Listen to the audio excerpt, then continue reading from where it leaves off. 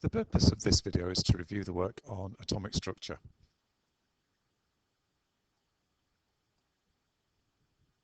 As we can see, the objectives include understanding atomic structure in terms of numbers of protons, neutrons, and electrons for atoms and ions, given the atomic number, mass number, or any ionic charge.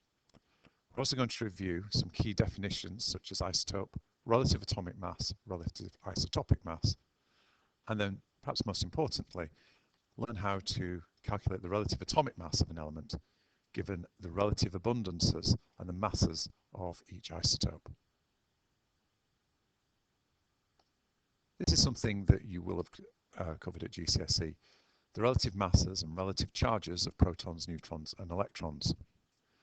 As I'm sure you know, the relative mass of protons and neutrons is 1, whereas the mass of an electron is negligible. It's not really worth considering as a chemist, but it does have a mass, and it's about 1/2000th the mass of a proton or neutron. In terms of charge, a proton has a charge of +1, a neutron has 0 charge, and an electron has a -1 charge. And it is important that we write down not just the sign of the charge, but also the size of the charge. So +1, -1, and 0. This is knowledge that you must learn. Overall, atoms have no charge.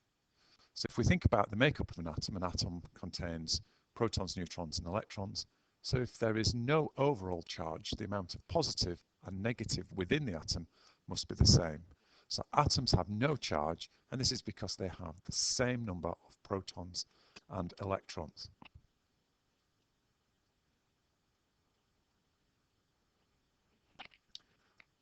Again, you probably came across the phrase isotope at GCSE. An isotope, it's really important that when we write this definition that we're really specific, is an atom of an element with different numbers of neutrons, but same number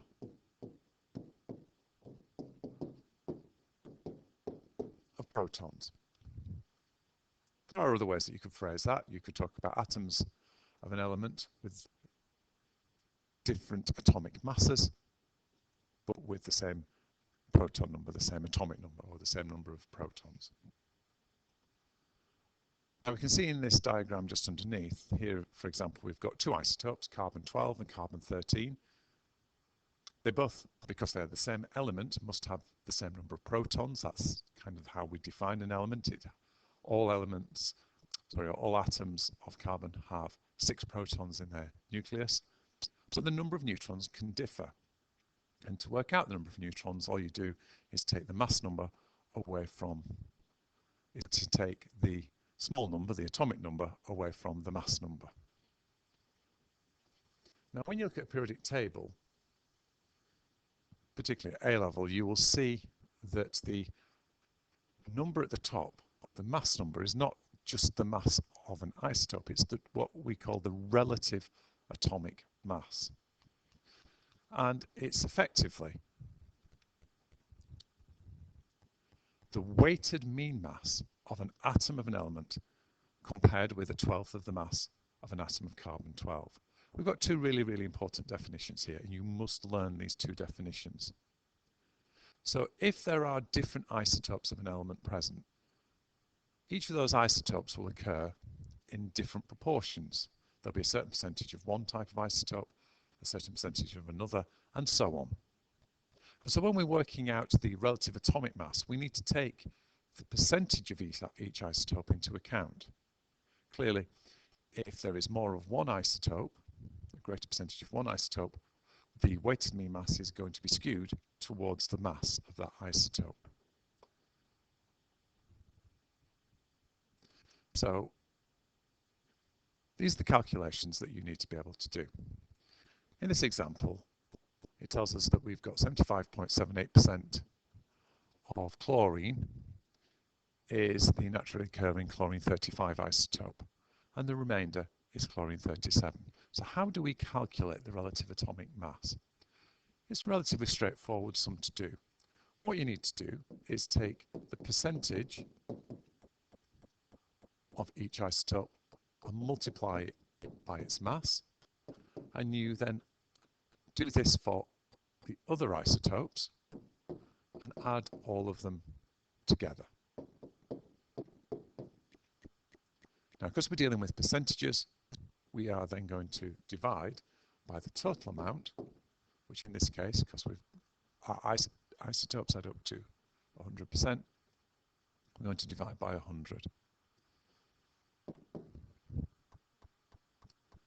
So what we need to do, 75.78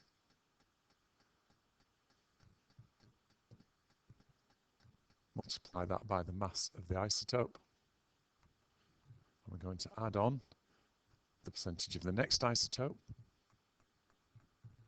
multiplied by the mass of the isotope, and then we're going to divide that sum by 100, and we work out that the relative atomic mass is 35.48. Now that's a pretty standard A-level question, usually worth about 2 marks. If the examiners wanted to make it more tricky, what they might do is, for example, tell you what the relative atomic mass is. They would tell you the percentage and the mass of one isotope, and they tell you the percentage of another isotope, and then ask you to calculate the missing mass of the unknown isotope. Slightly trickier, but all you have to do, put the numbers into the equation and then rearrange the equation to find the missing value. What I'd like you to do is have a go at this particular example. I'm going to pause the video, and you can pause the video and have a go.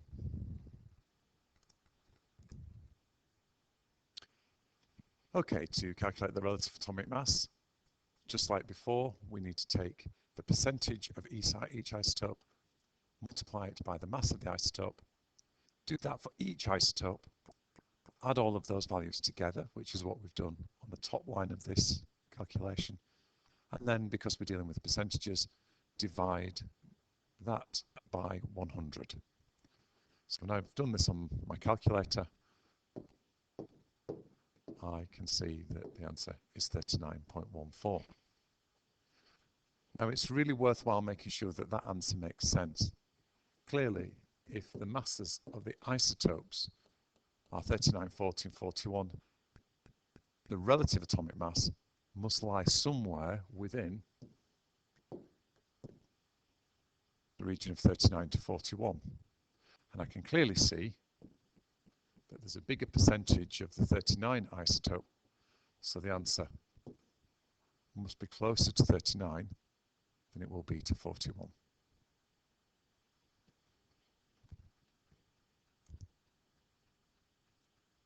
Looking slightly further ahead in the study pack, an alternative way that the exam board might present the information about each isotope is on a graph like this. This kind of graph is obtained from a mass spectrometer. And we have 2 axes. Our y-axis tells us how much of each type of isotope exists. And the x-axis, this MZ axis, is effectively just telling us the mass of the isotope. So clearly we can see that there are 2 isotopes. One has a mass of 10, the other a mass of 11. 20% of the abundance of these isotopes is boron 10, and the other 80% is boron 11.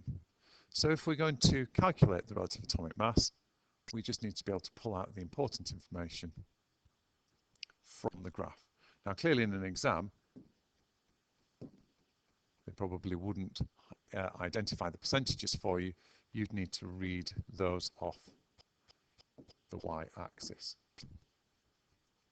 All you then have to do is take the percentages, multiply them by the masses of each isotope, just as we've been doing already, add all of those together, and then divide by 100.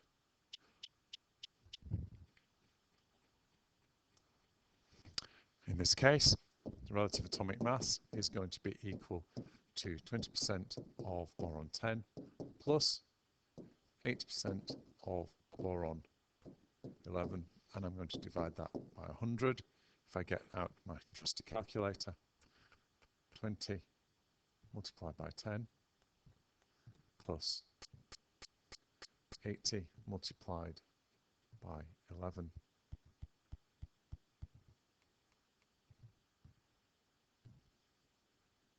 divide that by 100,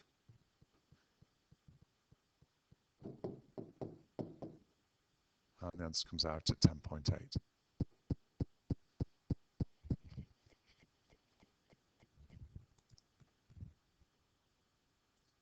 Okay, in the check in progress section of the booklet, we've got some questions where they're asking you to calculate the numbers of protons, neutrons, and electrons for the species present, either atoms or indeed ions. I'm not going to go through all of these, just a selection of them. Now you can clearly see that the isotopes which are present have very, very specific atomic masses. They're not the atomic mass that you would find on the periodic table. That's the relative atomic mass of all of the isotopes which exist. It's the weighted mean mass of all of the isotopes. So here we're dealing with very, very specific isotopes, and so we're going to be able to calculate particular numbers of neutrons. To work out the number of protons, clearly you need to go to the periodic table, find the element concerned, and look up the atomic number. So when I look at chlorine, I can see it has an atomic number of 17. Because it's an atom, there's no charge up there. The number of protons and electrons must be the same. And then to work out the number of neutrons, it's going to be the atomic mass, and take away from that the number of protons, and so the number of neutrons would be 18. Protons plus neutrons gives the atomic mass. On the next one, again, finding nitrogen on the periodic table, I can see that it has 7 protons. This time, because the mass is 14, the number of neutrons must be 7. But because we're dealing with a positive ion, what I need to do is remove an electron. So in atoms, the number of protons and electrons is the same. So nitrogen atoms would have 7 electrons, but because this is an N+, I need to remove an electron. Down here, having another go at another positive ion, well, the atomic number of aluminium is 13, so 27 take away 13 would enable me to see that there are 14 neutrons. If it was an atom, the number of protons and electrons would be the same, but this time we have got a 3+ charge, and that's telling me that we've lost 3 electrons. So the number of electrons must be 10. Now conversely, when we're dealing with negative ions, let's have a look at the fluoride ion. Atomic number of fluorine is 9, so I can clearly see when I take 9 away from my atomic mass, it leaves me with 10 neutrons. In an atom, the number of protons and electrons would be the same, but this time, because it's minus sign, I have an extra electron, so I get 10.